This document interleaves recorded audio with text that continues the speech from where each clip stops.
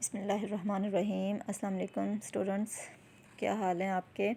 امید ہے سب خیریت سے ہوں گی۔ آج کا ہمارا ٹاپک ہے پاکستان میں تشکیل سرمایہ کی رفتار تیز کرنے کے طریقے۔ اس کا ہم نے کچھ حصہ کل پڑھا تھا اس ٹاپک کا، اور بقیہ حصہ اس کا ہم آج پڑھتے ہیں، آج اس کو مکمل کرتے ہیں۔ ٹاپک ہے ہمارا پاکستان میں تشکیل سرمایہ کی رفتار تیز کرنے کے طریقے۔ تشکیل سرمایہ کے بارے میں آپ نے پڑھا کہ کیا ہوتا ہے جب بار بار سرمایہ کاری کا عمل جاری ہو، یعنی مسلسل سرمایہ کاری کا عمل جاری ہو تو تشکیل سرمایہ اس کو ہم کہتے ہیں۔ اور اس عمل کو کیسے تیز تر کیا جا سکتا ہے، اس پیچھے جو ہم نے تشکیل سرمایہ کے سست روی کے اسباب پڑھے ہیں، وجوہات پڑھی ہیں کہ ان وجوہات کی بنا پر پاکستان میں تشکیل سرمایہ کی رفتار سست رہتی ہے، تو ان وجوہات کو جب ہم ان پازیٹیو وے بہتر کر کے جب ہم لکھتے ہیں کہ یہ وجوہات ختم کی جائیں، یہ اسباب جو ہیں وہ دور کیے جائیں، تو پھر تشکیل سرمایہ کی رفتار تیز ہو سکتی ہے۔ اچھا، ان وجوہات میں ہم دیکھتے ہیں کہ بچتوں میں ہمارے ملک میں بہت کمی ہے ترقی یافتہ ممالک کے مقابلے میں، تو ہم نے کیا کرنا ہے، بچتوں کو بڑھانا ہے، بچتوں میں اضافہ کرنا ہے۔ بچتیں کیا ہوتی ہیں؟ بچت سے مراد آمدنی کا وہ حصہ ہوتا ہے جو کہ ضروریات زندگی پر خرچ نہ کیا جائے، ضروریات زندگی پر خرچ نہ کیا جائے۔ بچت سے مراد آمدنی کا وہ حصہ جو ضروریات زندگی پر خرچ نہ کیا جائے بلکہ پس انداز کر لیا جائے، ٹھیک ہے؟ یا پھر یوں کہہ لیں کہ ضروریات زندگی پر خرچ کرنے کے بعد جو کچھ بچ جاتا ہے وہ ہماری بچتیں کہلاتی ہیں، ٹھیک ہے؟ بچت کرنے کا انحصار جو ہے وہ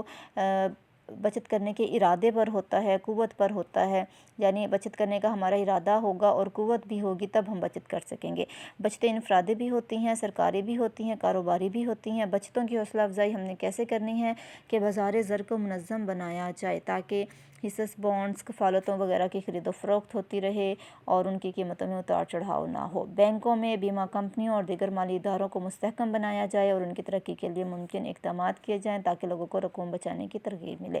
بچتوں کی حوصلہ افزائی کے لیے بچت کی مختلف اسکیمیں جو ہے وہ شروع کی جائیں اور ان پر عمل کروایا جائے، جیسے انعامی بانڈ اسکیم، ڈاک خانہ کے saving certificates, defence saving certificate وغیرہ کو مقبول بنایا جائے۔ سرمایہ کاری کو پرکشش بنایا جائے،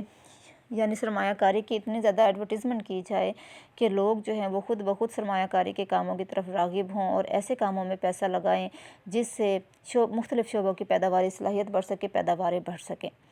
دولت اور قومی آمدنی کو مساویانہ بنا کر بھی بچتوں کی حوصلہ افزائی کی جا سکتی ہے، کیونکہ اگر بہت زیادہ امیر لوگ ہوتے ہیں تو وہ بچتیں کرنے کی طرف اتنا زیادہ دھیان نہیں دیتے، اور جو غریب لوگ ہوتے ہیں ان کی بچتیں کرنے کی اتنی زیادہ طاقت نہیں ہوتی، یعنی ان کی آمدنی اتنی زیادہ نہیں ہوتی کہ وہ بچتیں کر سکے۔ تو ہم نے کیا کرنا ہے، دولت کی تقسیم کو مساویانہ بنانا ہے تاکہ ایک متوسط طبقہ، ایک درمیانہ طبقہ وجود میں آئے اور بچتیں جو ہیں وہ بڑھ سکیں۔ اچھا، دوسری چیز جو ہم نے ختم کرنی ہے وہ ہے دفینے، یعنی لوگ جو ذخیرہ کر کے گھروں میں پیسہ رکھ لیتے ہیں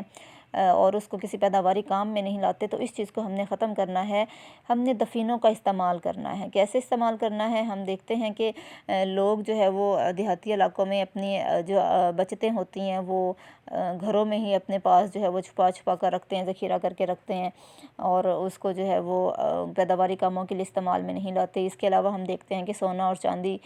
کے زیورات جو ہیں وہ بنوا لیے جاتے ہیں۔ عورتوں کے پاس پیسے ہوتے ہیں تو وہ سونا چاندی کے زیورات بنوا لیتی ہیں اور پھر ان کو شادی بیاہ اور دیگر رسم و رواج میں پہنتی ہیں اور جو ہے بڑا فخر محسوس کرتی ہیں۔ تو یہ ہے کہ ہم نے کیا کرنا ہے کہ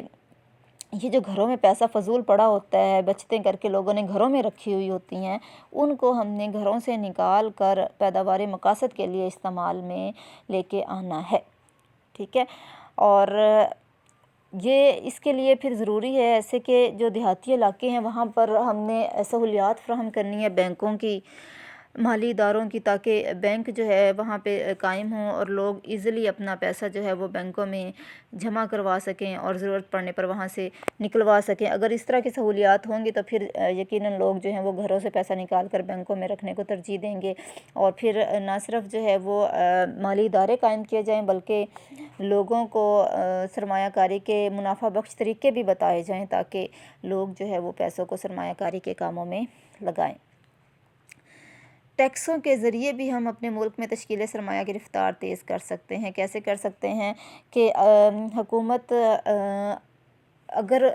لوگوں پر ٹیکس زیادہ لگا دیتی ہے صارفین پر تو ان کی قوت خرید کم ہو جاتی ہے، اور آجرین پر بھی ٹیکس زیادہ لگاتی ہے تو انہیں بھی وہ بھی اپنے کاروبار کو پھر محدود پیمانے پر کرتے ہیں، کیونکہ ان کو پھر کاروبار میں زیادہ منافع نہیں ہوتا اگر ٹیکس حکومت زیادہ لگا دے آجرین پر بھی، اور صارفین پر لگائے گی تو صارفین کی قوت خرید کم ہو جائے گی، اور کیونکہ قوت خرید جب کم ہوتی ہے تو پھر انہیں زیادہ پیسے دے کے چیزیں خریدنی پڑتی ہیں، پھر ان کی بچتیں نہیں ہوتی۔ تو ہم نے کوشش یہ کرنی ہے کہ حکومت جو ہے وہ کچھ جو ہے وہ ٹیکسز کی شرح میں کمی کرے، ٹھیک ہے، اور تاکہ لوگوں کی بچتیں بڑھیں، اور آجروں کے لیے بھی کام کرنا، سرمایہ کاری کے کام کرنا جو ہے وہ فائدہ مند ہو، اور حکومت جو ہے وہ بچتیں ٹیکس جو ہے وہ لگا بھی سکتی ہے، بڑھا بھی سکتی ہے، لیکن بڑھاتے ہوئے یا لگاتے ہوئے حکومت اس بات کا ضرور خیال رکھے کہ عام جو صارفین ہیں ان کی قوت خرید متاثر نہ ہو، اور جو سرمایہ کاری کرنے والے لوگ ہیں، آجر ہیں، ان کی سرمایہ کاری متاثر نہ ہو، ٹھیک ہے۔ اس کے بعد ہم دیکھتے ہیں کہ قرضوں کے ذریعے جو ہے وہ حکومت لوگوں سے قرض لے سکتی ہے، عوام سے قرض لے سکتی ہے، مالی اداروں سے قرض لے سکتی ہے، اور قرض لے کر پھر اس کو سرمایہ کاری کے کاموں میں لگا کر سرمایہ سازی کی رفتار جو ہے وہ تیز کی جا سکتی ہے۔ نوٹ چھاپ کر اگر تمام ذرائع سے ضرورت کے مطابق حکومت کو پیسہ حاصل نہ ہو، سرمایہ حاصل نہ ہو، تو حکومت مرکزی بینک سے قرض حاصل کرتی ہے، اور مرکزی بینک اس مقصد کے لیے کیا کرتا ہے؟ بغیر گارنٹی کے نوٹ چھاپ لیتا ہے۔ بغیر گارنٹی کے نوٹ چھاپنا کیا ہوتا ہے؟ اس میں جو ہے وہ بینک جو ہے وہ کوئی بھی چیز بغیر ضمانت کے بینک میں رکھے، ٹھیک ہے، کوئی بھی چیز ضمانت کے طور پر بینک میں رکھے بغیر نوٹ جاری کر دیے جاتے ہیں، جس کو تمویل خسر یا خسارے کی سرمایہ کاری کہا جاتا ہے۔ اور جب بھی بغیر گارنٹی کے نوٹ چھاپے جاتے ہیں کسی ملک میں، اور ان کو اگر صحیح استعمال میں نہ لایا جائے تو پھر وہ افراط زر کا باعث بنتا ہے، اور افراط زر میں کیا ہوتا ہے؟ قیمتوں میں اضافہ ہوتا ہے، جس پر کنٹرول کرنا پھر بعد میں مشکل ہو جاتا ہے۔ لہٰذا حکومت جو ہے وہ نئے نوٹ چھاپ سکتی ہے، لیکن اس ضمن میں حکومت کو خیال رکھنا ہوگا کہ ملک میں افراط زر پیدا نہ ہو۔ فالتو جمعیت محنت کو استعمال کر کے۔ فالتو جمعیت محنت ہوتی ہے کام کرنے کے قابل افراد جو کام کرنا چاہتے ہیں، جو کام کرنے کے قابل ہیں، اور ہمارے ملک میں بے روزگاری کی شرح آپ کو پتہ ہے بہت زیادہ ہے۔ بہت سارے لوگ ایسے ہیں جو کام کرنے کے قابل ہیں، کام کرنا چاہتے ہیں، لیکن ان کو روزگار نہیں ملتا۔ ہمارا جو زرعی شعبہ ہے، زرعی شعبے میں 20% تک تقریباً مخفی بے روزگاری پائی جاتی ہے۔ مخفی کہتے ہیں چھپی ہوئی، ٹھیک ہے، یعنی زرعی شعبہ میں لوگ اپنے آپ کو جو ہے وہ مصروف رکھے ہوئے ہیں ظاہری طور پر، حالانکہ وہاں پر یوں کہہ لیں کہ ایک گھر کے جو ہے وہ 4-5 افراد جو ہے وہ 1 یا 2 ایکڑ زمین ہے اسی کے گرد جو ہے وہ کام کرتے نظر آتے ہیں، حالانکہ وہ لوگ جو ہے حقیقی طور پر بے روزگار ہیں، ٹھیک ہے، حقیقی طور پر وہ لوگ بے روزگار ہیں، وہ اپنے آپ کو ظاہری طور پر مصروف کیے ہوئے ہیں، اس کو ہم کہتے ہیں مخفی بے روزگاری۔ تو ایسے افراد کو زرعی شعبہ سے نکال کر جو ہے وہ مختلف کاموں میں لگا کر ان سے ایک تو سرمایہ سازی کے عمل کو تیز کیا جا سکتا ہے، دوسرا جو ہے وہ جو فالتو جمعیت محنت ہے یا بے روزگاری ہے اس کو بھی ختم کیا جا سکتا ہے۔ عموماً جو ہم دیکھ سکتے ہیں کہ نہروں کی کھدائی کا کام، ریلوے لائنیں بنانے کا کام، اس طرح کے کام جہاں پہ مشینیں استعمال کرنے کی بجائے اگر فالتو جمعیت محنت کو استعمال میں لایا جائے تو ایک طرف تو فالتو جو افراد ہیں ان کو روزگار مل جائے گا، بے روزگاری کا خاتمہ ہوگا، دوسرا سرمایہ سازی کے عمل کو تیز کرنے میں مدد ملے گی۔ غیر ملکی امداد اور قرضے۔ حکومت پاکستان جو ہے وہ ملک میں سرمایہ سازی کے عمل کو تیز کرنے کے لیے غیر ملکی امداد اور قرضے بھی لیتی ہے، اور یہ غیر ملکی امداد اور قرضے جو ہیں وہ اگر صحیح طریقے سے سرمایہ سازی کے عمل کو تیز تر کرنے کے لیے لگائے جائیں گے تو ہی ان سے فائدہ ہوگا، ادروائز یہ ملکی معیشت پر بوجھ بنتے چلے جائیں گے۔ غیر ملکی سرمایہ کاری۔ پاکستان میں سرمایہ سازی کو بڑھانے کی خاطر جو ہے وہ غیر ملکی آجروں کو سرمایہ کاروں کو مختلف ترغیبات دی جا سکتی ہیں، ان کو جو ہے وہ ملک کے اندر جو ہے وہ سرمایہ کاری کرنے پر آمادہ کیا جا سکتا ہے، راغب کیا جا سکتا ہے مختلف قسم کی سہولیات دے کر، تاکہ وہ ملک کے اندر آئیں، سرمایہ کاری کریں، ملک کے لوگوں کو روزگار بھی ملے اور ملک میں سرمایہ سازی کا عمل بھی تیز ہو سکے۔ درآمدات کم کر کے ہمارے ملک میں درآمدات جو ہیں وہ زیادہ ہوتی ہیں برآمدات کی نسبت، اور پھر ان درآمدات پر ہمارے ملک کے لوگ جب پیسہ خرچ کرتے ہیں تو ان کی بچتیں جو ہیں وہ نہیں رہتی، کیونکہ درآمدات جو ہیں وہ بچتیں جو لوگ اپنی بچتیں کر رہے ہوتے ہیں وہ اپنا پیسہ جو ہے وہ درآمدات پر خرچ کر دیتے ہیں۔ اس لیے ضروری ہے کہ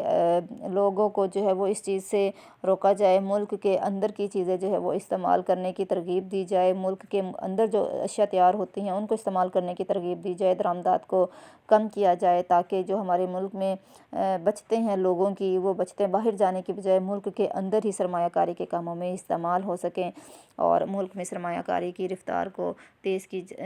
کیا جا سکے، معاشی ترقی کی رفتار کو تیز کیا جا سکے۔ یہ ہمارا آج کا